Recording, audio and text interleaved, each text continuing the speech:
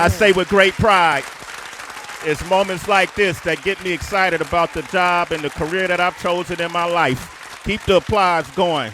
I remember when one of the first times I heard this young man was on the Cornerstone mixtape back in the day with Rob Stone, and the mixtape was so ill. We was like, what the hell is this? What's going on? Something's changed. This man done put out, I don't know how many, 20 mixtapes or more, damn near 100 projects. It seemed like he's been a part of the DNA for hits from Ludacris. It doesn't matter. I can name Immortal Technique. I can name Cassidy. I can name all of them. He's worked with them. Signed with Eminem back in the early millennium, and he's here with us today, damn near 20 years later, celebrating the new release of his new project. It's called Long Story Short. Give it up for the one and only DJ Green Lantern. Green, what's poppin', Green? Yo, my good people, my good ones. Yo. How are y'all? Come on, Green. Stop, man. We ain't talk to each other, man. We need to act like we've seen each other on the first day of 7th grade and didn't know we was going to the same junior high, man. It's a hood holiday. Let's go. Let's go. There you go, Green Lantern. Man, how you been, Green? Man, God is great. It's a blessing, man. We out here still doing it. You feel me? Yo, just even talking about I was going to try to just do chronicle everything, HB. Some people you can't chronicle. He's done so much. So much. When I say some of those things, I remember when you first signed Shady Records, man. Where were you at in that time in your life? Where were you at mentally? Like, what did that mean for you? I was really just on the come up, trying to be all that I wanted to be, all that I could be, all of it, somebody in my position, DJ, producer, could be, and it was just always just a blessing to be able to, have top guys like Eminem and Jay and them to go on to Nas and Snoop Dogg to be able to, just be a part of their show and make their, album or song or whatever it is better. You know what I'm saying? Or just add to the puzzle, add to the pie, and just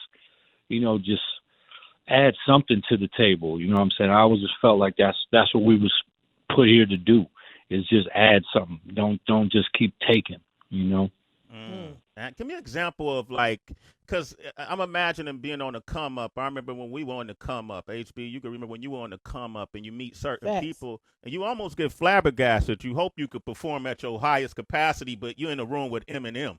And then he might be looking at you for advice. Can you give me an example of a time, like when you named 3 juggernauts, Eminem, Nas, and Jay-Z, where you had to add something to a particular song that we may know of and make it better? To a song, I mean, normally I would come in with a beat, like out the blue, Okay. Matter of fact, you know what? Let me take it to the stage show. So, exactly. All right. So, a lot of times what'll happen is some of those guys I mentioned, when they're getting ready to go and do a tour, they might have already wrote out how they want their show to go. And they might hand you a piece of paper and say, this is what we're going to do. And I might look at that and say, well, maybe let's change some of these around. You know what I'm saying? But you just got to know how to say it in the correct way, because it's their music. You know what I'm saying? And maybe I might want to switch out a beat in the second verse of this song and switch out the beat in the third verse of that song. And next thing you know, wow, my show's really changed up. My show's really got all these bells and whistles in it that they thought they were just going to go out there and perform their songs. But I'm like, nah, let's switch this up, make this song go into that song. This beat drops and then that thing comes in. And then all of a sudden now you got a whole production. Green Lantern is talking with us right now. That's interesting. Who is? I'm trying to get a little inside here. Green, help me out. I'm just like, when you talk about Jay-Z, Nas, and Eminem, they're all juggernauts and iconic in their own way.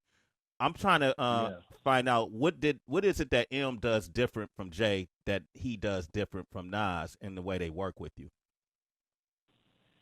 Man, I really honestly, all of those guys are very different, but they're similar too. Like I came into their circle, I guess, like when they're all individually was all superstars.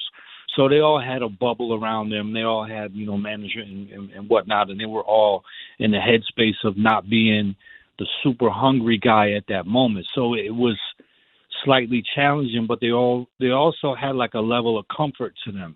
You know what I'm saying? So it really, honestly, is just building a level of trust with all three of them, or actually four now, from MJ, Nas to Snoop. It's really, honestly, man, all of those guys, they're all just pros, man. They're all just professionals. That's why they're still killing it. I know we're in the COVID right now, but man, all of those guys have still got their hands in all type of shit. Mm-hmm. And, just as far as like working with them, it's just always a blessing to be able to just, I honestly, Sway, I don't got nothing specific for you to be like, well, M does this, J does that. They're all just amazing talents and giants in their own right. Yeah, you're gonna have to write about it. I remember number one spot, Ludacris. Number one spot. But number one spot, is that probably the most success you had off of a song that you produced? I would probably say that was the biggest thing that ever just rang off like that. And then the Jadakiss, The Champ Is Here song, and Mighty Mighty D Block, and you got Busta Rhymes and Rick James, and shit like that.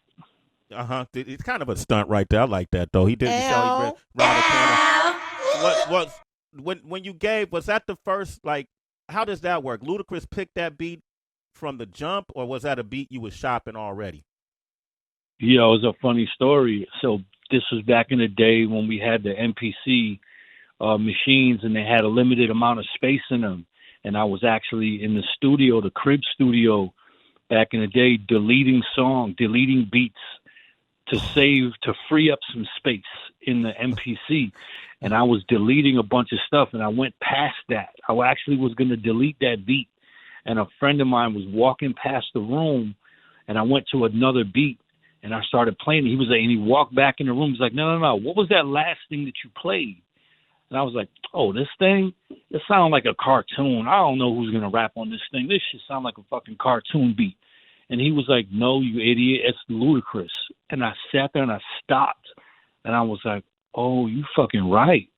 You are 100% right. So I looked up and I was like, yo, you know what? And I never normally do this shit. I picked up the phone and I called Shaka Zulu, which is Ludacris' manager. Yeah. And, we all knew Jeff, Shaka from the record promo days and whatnot. This is just a perk of being in the game, that you might just know somebody that's a phone call away.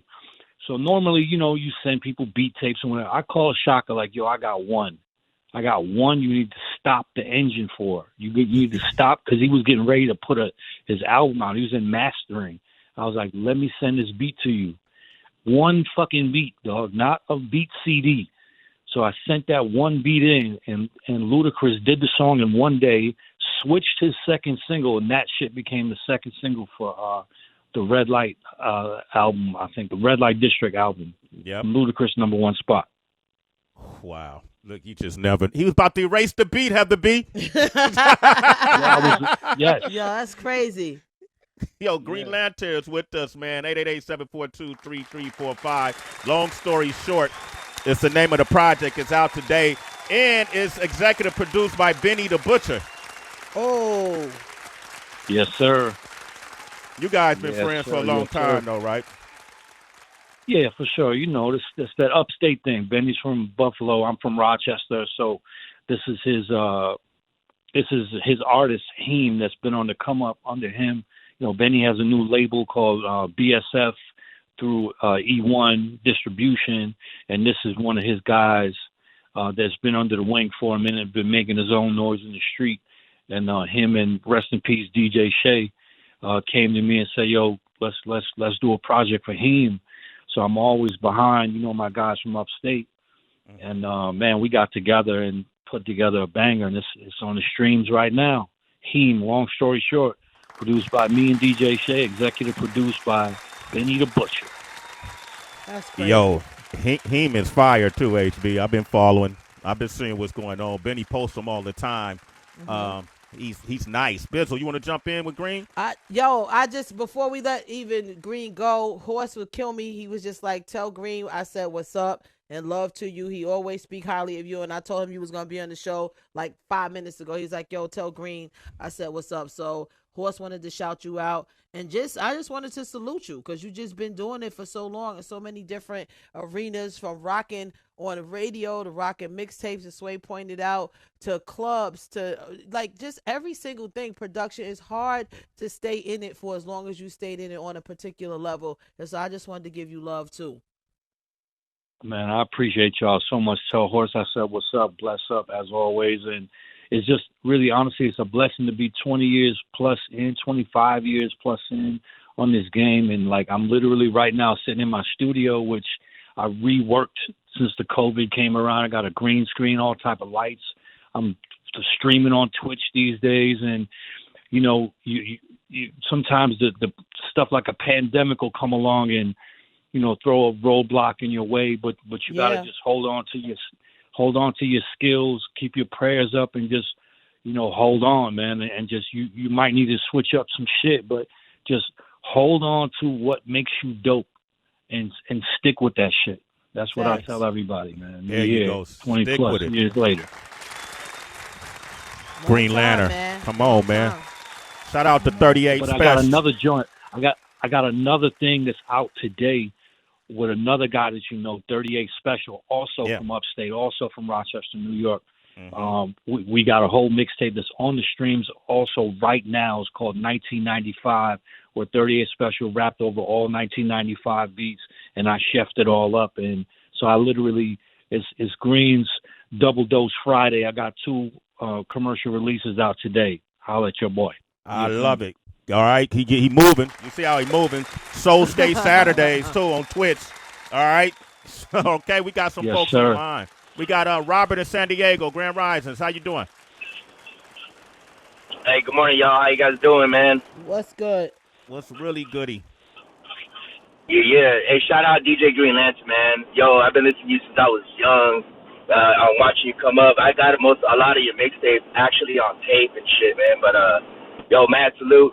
I just had a quick question though. I always remember this.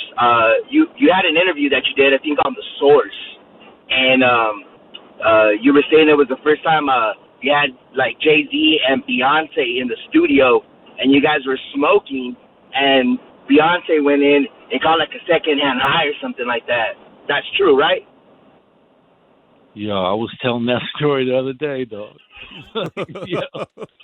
She was a rider. She was really, at that point, they weren't married yet. And Hove came into the studio, and I was working on a commercial for him. And I made a beat for the commercial, and he liked the beat so much that he wanted to rap over it when it wasn't normally supposed to be like that. And I guess they was out doing something or whatever, and he made a detour, came back to the studio, and he was with her. And we had been in that room smoking that room out crazy by the time they came in. We didn't know they was coming. You know, we would have probably not done that. But it was all good. And the point of the whole thing is he wrote the you know, Jay-Z don't really use paper, you know. So he wrote the rhyme.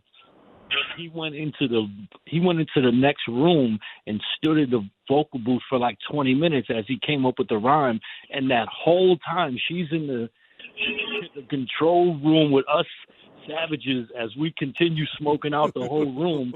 We're just looking at her. She's just bobbing her head in the corner like a cool girlfriend would at the time. And we just know all the smoke all over her clothes, all over. It's just like we ruined her whole thing just by all the damn weed we had going on in that room. Just a funny moment because she could have really just stepped out, but it was the vibe that, you know, kept her in the room and shit. It might have been that chocolate tie. I don't know how long ago that was. Hey, you feel me? I told you, Sway. Might have been that. You feel me? It might have been that diesel. You know, that's sour. Rob, thanks for your call, man. Make sure you support this project, okay? You're a citizen. Good looking, Sway in the Rob. morning. All right. Hey, man, what an amazing story.